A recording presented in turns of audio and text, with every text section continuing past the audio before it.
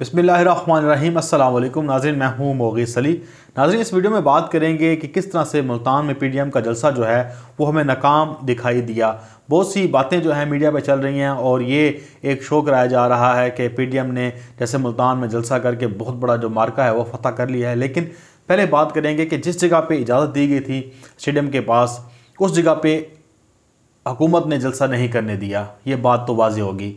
क्या हुआ कि अब ये चले गए घंटा चौक पे जो मुल्तान में है, वहाँ पर जो इन्होंने जलसा किया है वो स्टेडियम के साथ ही है। किला जो कोना कासिम बाग है उसके साथ ही ये मौजूद है। ठीक है, जिस जगह पे हुकूमत ने कहा था कि यहाँ हम जलसा नहीं होने देंगे बल्कि मुल्तान में ही नहीं होने देंगे, लेकिन फिर वो वहाँ पर पहुँचे घंटा चौक पर। बात सर इतनी सी है कि ये जो एक आपको पता है कि मस्खरे बैठे होते हैं और ये एक प्रोजेक्शन लगाने के लिए टीवी पर कि जनाब पीडीएम ने जलसा करके बहुत बड़ी फतह हासिल कर ली है, ऐसा बिल्कुल नहीं है। ठीक है, जो हुकूमत ने कहा था वो तो हुआ, लेकिन मसला ये है कि क्या जलसा मुकम्मल ही नहीं होने देना चाहिए था? ये नामुमकिन था। पॉलिटिकल पार्टीज़ हैं, 11 पॉलिटिकल पार्टीज़ थी। ठीक है, उनके पास भी एक जो है एक लोग थे। ठीक है, उनके ऊपर डंडा बरसाया जा सकता था, लाठीचार्ज किया जा सकता, सब कुछ किया जा सकता, लेकिन एक आखिरकार वो पाकिस्तान में पॉलिटिकल पार्टीज़ हैं, वो जलसा कहीं ना कहीं कर सकती थी और उन्होंने करना था, ये तय था। और इंतज़ामिया ये चाह रही थी कि जो जिस जगह से इन्हें रोका गया है, जिस जगह का इन्होंने इंतखाब किया था, वहाँ पे ना होने दिया जाए। बिल्कुल मुल्तान बंद था, मुल्तान में कंटेनर लगाए गए, वहाँ पे मेट्रो बस भी बंद थी, मोबाइल सर्विस भी बंद की हुई थी, जो इंतज़ामिया कर सकती थी। लेकिन ये टेस्ट मैच था, सॉरी ये वनडे मैच था। अभी टेस्ट मैच आना है जो अभी जनवरी में पड़ेगा हुकूमत और अपोजिशन के दरमियान, ये उसकी पहले तैयारी थी। हुकूमत ने टेस्ट किया, टेस्टर लगाकर कि यार ये क्या स्पार्क करते हैं, इनमें कितना दम है, ये मतलब है कि अपनी बात पर कायम रहते भी हैं या नहीं रहते। तो हुकूमत ने ये जो 13 दिसंबर को जलसा होने वाला है इसलिए भी यहाँ पे टेस्टर लगाया, टेस्ट किया कि इनको कितना रोका जा सकता है, इनके ऊपर कितना तशद्दुद किया जा सकता है, ये बर्दाश्त कर सके। लेकिन वो हट गए पीछे, उन्होंने आगे आने से ही जो है इनकार कर दिया। पीडीएम के पार्टी उन्होंने कहा कि भाईजान अपने बंदे बचाओ और ये तो पुलिस वाले मार मार के जो है ये क्या बना देंगे।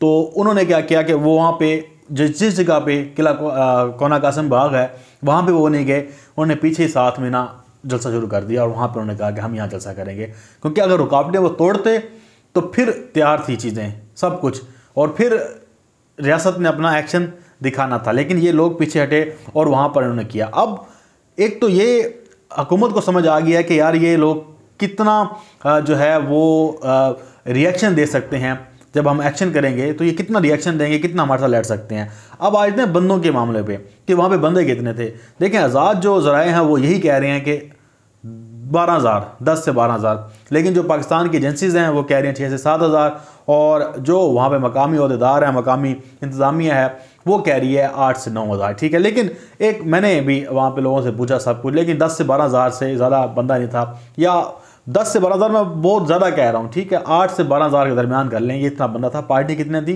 11 पार्टियाँ थी पीडीएम की। ये अपने आप को मुल्क की मुल्कगीर या आलमी सतह की लीडर्स कहलाती है। मरियम फजल रहमान अपने आप को मुल्कगीर लीडर कहलाता है और ये कहते हैं कि हम इतने अरसे से सियासत में हैं। मुल्तान के अवाम ने रिजेक्ट कर दिया इन लोगों को, बिल्कुल रिजेक्ट किया। मुल्तान के पीपल्स पार्टी के जो गिलानी जो है, इनके लोग जो हैं, इनके वफादार जो हैं वो साथ थे। नून लीग किसी तरह से वफादार जो करीबी लोग होते हैं वो, बाकी जो बंदे आ रहे थे जिनको भर भर के लाया गया वो बाहर से थे। ठीक है, डेरा गाजी खान से हो गया, मुल्तान से हो गया, लोधरा से हो गया, इस तरह से इधर लाहौर से भी कुछ लोग गए हुए थे।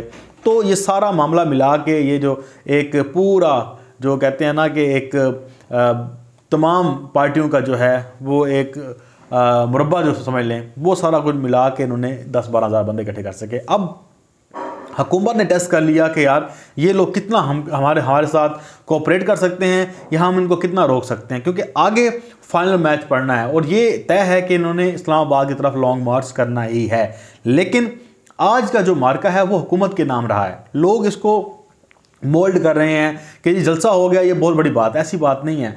हुकूमत ने गैदरिंग बड़ी इकट्ठी नहीं होने दी, हुकूमत ने इनको जिस जगह पे जलसा करने की जगह मांगी थी वहाँ पे जलसा नहीं करने दिया, हुकूमत ने इनको टोलियों में बखेर दिया। तोड़ के रख दिया। ठीक है, कोई भी एक जगह पे इकट्ठा नहीं हो सका, सिवाय जो मतलब रैलियों के साथ निकल के आए थे, जो सारे इकट्ठे जत्थे आए थे, उनको बैठने दिया कि चलें यार ये जलसा उन्होंने करना था। ये बात है कि आप ये समझे जलसा नहीं कर सकते थे, जलसा नहीं करने देना चाहिए था, ये बहुत ज़्यादा गलत हो जाता। स्पेस थोड़ी सी दी जाती है।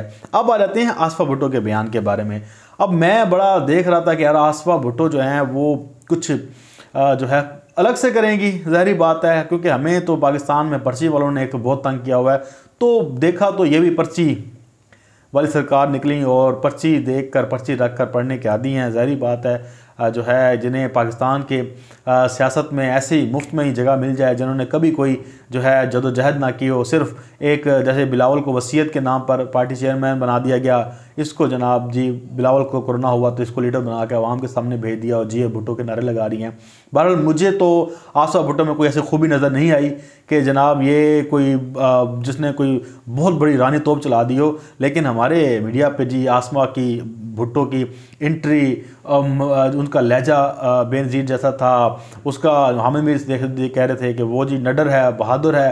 अब मीडिया के ऊपर जी उनकी पहली उनको जो कहते हैं कि उनकी एंट्री करा दी, ये उनका पहला सियासी सफ़र शुरू हो गया। लेकिन बात यह है कि ये सियासी सफ़र शुरू हो गया, ये एंट्री करा दी जनाब, ये उनकी आवाज़ ऐसी है, उनका जहन ऐसा है, वो ऐसे दिखती हैं, ये करती हैं।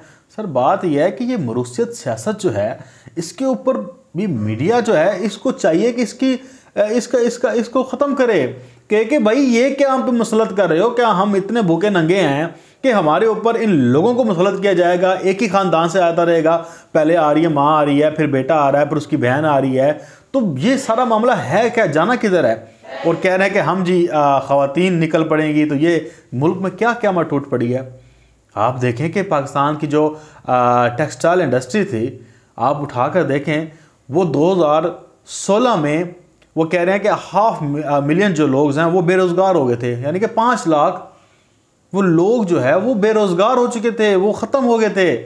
आज पाकिस्तान की जो टेक्सटाइल इंडस्ट्री है वो बूम पकड़ रही है, उसके आर्डर ही ख़त्म नहीं हो रहे, लोगों का कहत पड़ गया है फैसलाबाद में बंदे भेज दो। तो जब देखें कि ये सारा मामला इधर आता है इस मौरूसियत को ये हवावा दे रहे हैं, ये कह रहे हैं कि जी वाह आसफा भुट्टो जी आ गई हैं तो ये कर देंगी, वो कर देंगी, ना जाने क्या कर देंगी। लेकिन जो ये पर्ची वाली सरकार जो हैं, जिन्होंने एक दिन अवाम के साथ नहीं गुजारा, खुदारा इस कौम पे रहम करें।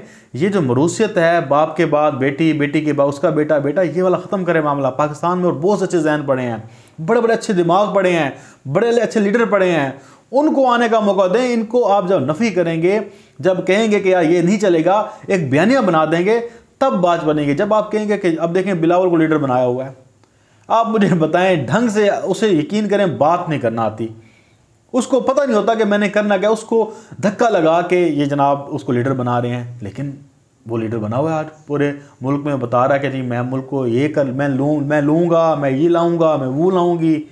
अपना जाने इस मुल्क के साथ क्या होगा। बहरहाल ये एक टेस्ट मैच था, सॉरी मैं फिर टेस्ट करता हूँ, अब आगे टेस्ट मैच है ना, ये वनडे मैच था।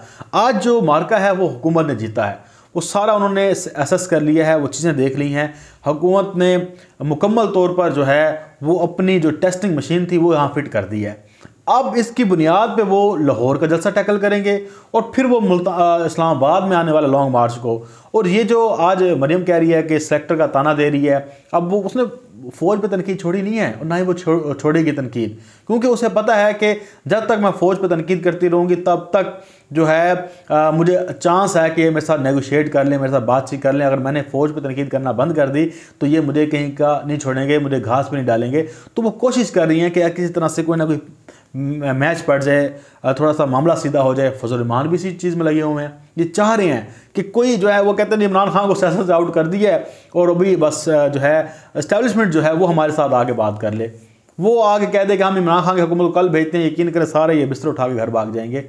बहरहाल अभी तक की जो इतलात हैं सारा कुछ मामला है, हुकूमती जो हल्के हैं वो बिल्कुल खुश हैं इस जलसे से, और वो चाहते थे कि किसी तरह से ये जलसा फ्लॉप जाए और वो रोकना चाहते थे, उन्होंने रिस्ट्रेन किया। और जो लोग ये समझ रहे हैं कि जलसा कामयाब हो गया वो अहमकों की जन्नत में रहते हैं, क्योंकि जलसे इस तरह कामयाब नहीं होते। जलसे जब कामयाब होते हैं तो फिर वो नज़र भी आते हैं और उसका एक इम्पैक्ट भी पड़ता है। और अभी तक मुझे कोई ऐसा इम्पैक्ट नज़र नहीं आया, किसी ने कोई ऐसी बड़ी बात नहीं कही कि जिससे कहा जाए कि वाकई ये जलसा बहुत बड़ा कामयाब था। आपको पता है कि शाह महमूद कुरैशी का मुल्तान में भी होल्ड है, उसके भी बंदे हैं, तहरीक इंसाफ का होल्ड है, तहरीक इंसाफ का वोटर है वहाँ पर।